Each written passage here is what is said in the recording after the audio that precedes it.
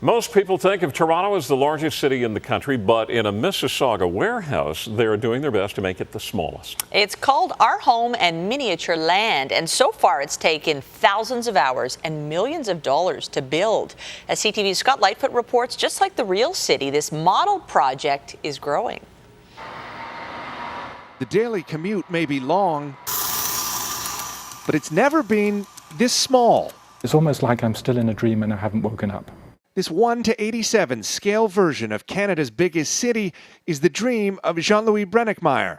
The goal, equal parts, entertainment and education. To give the public, kids, parents, tourists, a way of learning something about the country that you otherwise would not learn. Brennickmeyer has invested $2 million of his own money in Our Home and Miniature Land. Streetcar shells came from Alberta.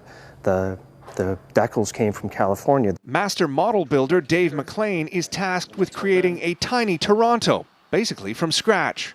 You've got the typical townhouses that you find in Toronto. Those gives a caricature of the city. And then you have signature structures. And the detail is incredible, from St. Lawrence Market to the Hockey Hall of Fame, Union Station to the CN Tower, with edgewalkers. There's an Air Canada Centre full of fans and flashbulbs, and a Rogers Centre with, yes, a fully functioning roof and jumbotron. For those lucky enough to have been here, it feels like home. We've heard it from people as they come. Oh, I've been there, and there's my seat right there, they'll point out. Or I work on the fifth floor of that building, when in reality it's just the model of a building. You don't work there, no one does. And then there's transportation, a Gardner Expressway and Bloor Street Viaduct, and more than 1.5 kilometers of model train tracks running subways, GO trains, Via Rail, and freight trains. It's taken 2 years of planning and almost a year and a half of construction to get to this point. They hope to have this exhibit open and fully interactive by 2017. And remarkably, this is just the beginning. Picture in your mind, you've got Lake Ontario on the backdrop. You'll have the Skyway Bridge.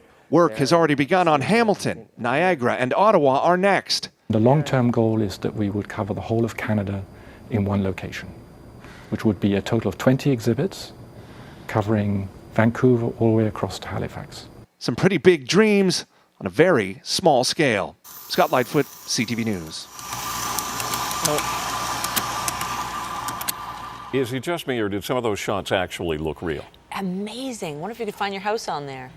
Well, not mine.